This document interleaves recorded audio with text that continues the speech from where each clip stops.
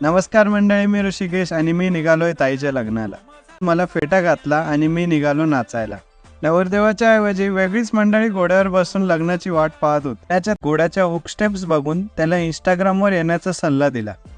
मग दोघांची एंट्री झाली, मंत्र उच्चारण सुरू झालं आणि लग्न संपताच लोकांनी वयाचा विचार न करता जेवणाच्या इथे उड्या टाकल्या. घोडेसर पाहणी करण्याच्या नावाखाली मट्टा आणत होते. मग बापाच्या पावलावर पाऊल टाकत मीही मट्टा आणला. आजी मात्र ही पोरगी तो पोरगा कोणत्या गावाला द्यायचे याची चर्चा करत होते. इकडे वरमायांची पॅम्परिंग चालू झाली. जेवण झाल्यानंतर पण पुऱ्या गोड्या खायला बसवलं आणि सोबत 5 भांडेही मिळत होती. नवरदेवाच्या आईचा सप्तशृंगार करून मंत्र फुकण्यात आले. इकडे मात्र गुन्हेगारी प्रवृत्तीच्या आजीने गुलाल लावायला सुरुवात केली. पुण्यातील भावी ब्लॉगरला टोपी घालून सन्मानित करण्यात ताईची सासरी निघायची वेळ झाली. सगळे भाऊक झाले होते. मग आजीने पैसे देऊन जरा गप्प केलं आणि निघाली